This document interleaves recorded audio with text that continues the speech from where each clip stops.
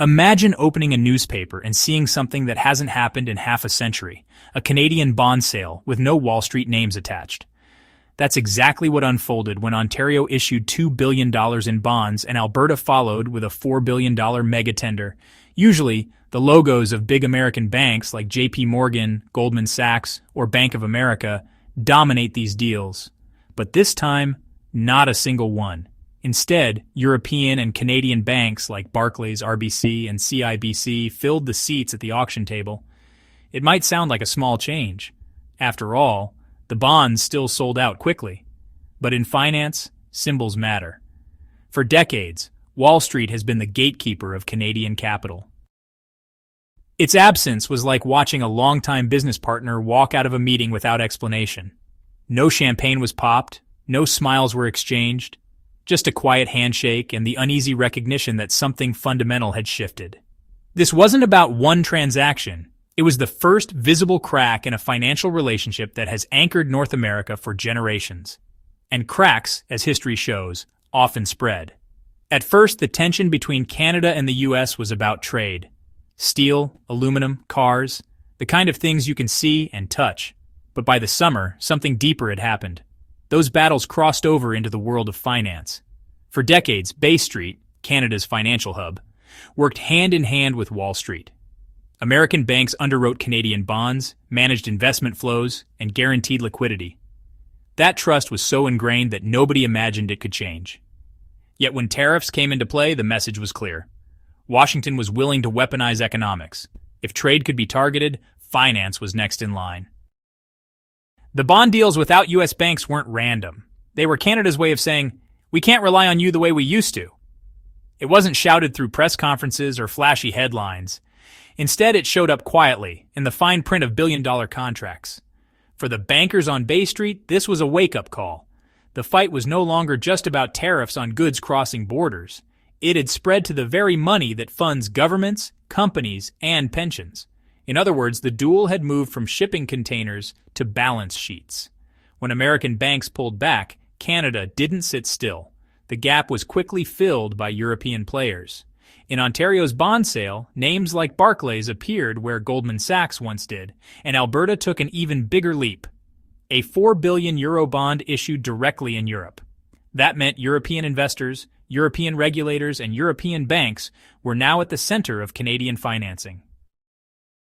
This was more than just switching logos on a contract. It was a shift in the entire financial ecosystem. On trading floors, desks began adjusting their models to account for European interest rates rather than just the Federal Reserve.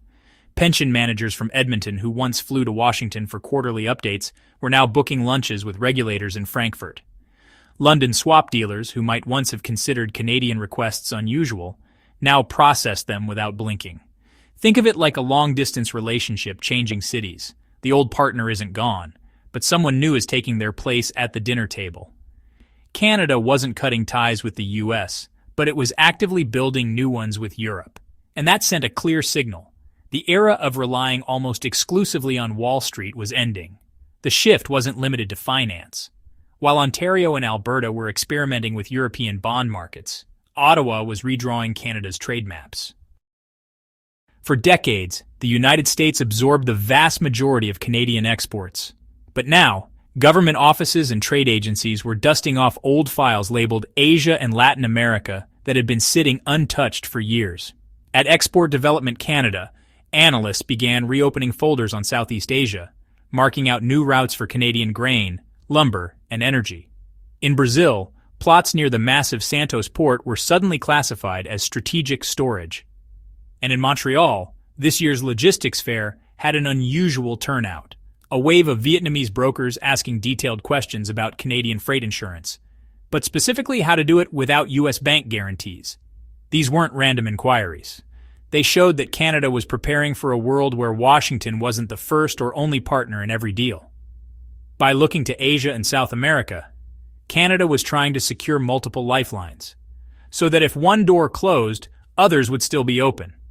It was a clear reminder that once financial cracks appear, trade strategies start to follow.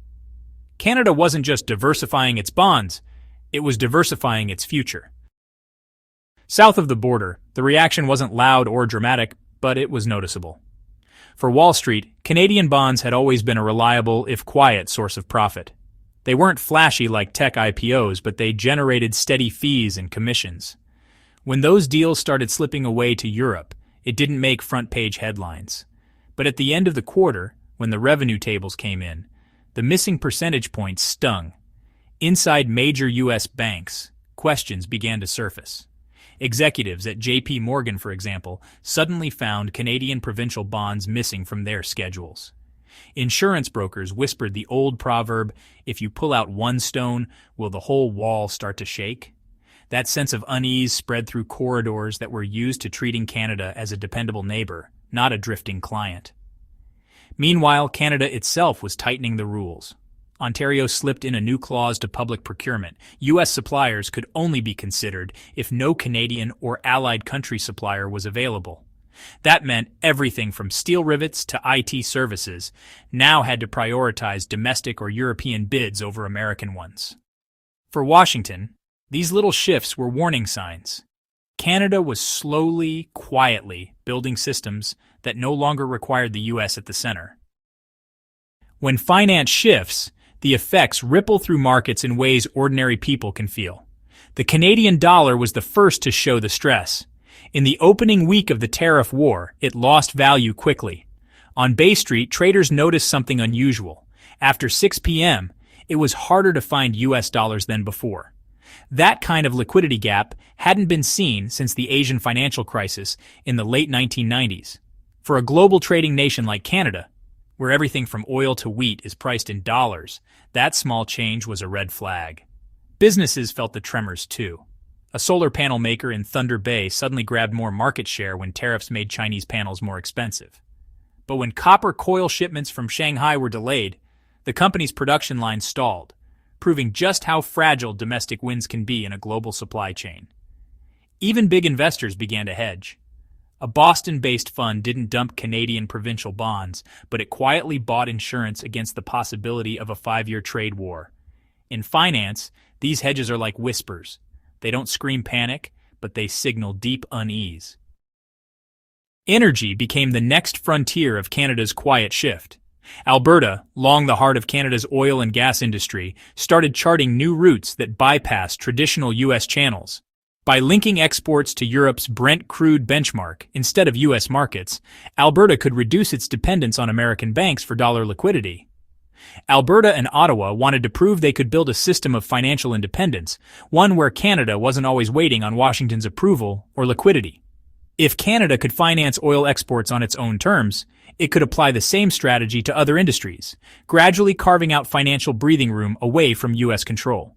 Taken together, these shifts form more than a series of small adjustments. They mark the beginning of a quiet banking revolution. This diversification is no longer temporary.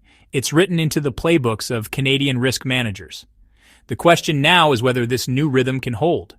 A more polyphonic financial system spreads risk, but it can also create dissonance. For Canada, this is both an opportunity and a warning. The era of one dependable partner has ended. A new landscape is forming, and its shape will define not just Canada's future, but the balance of financial power across North America. So what do you think?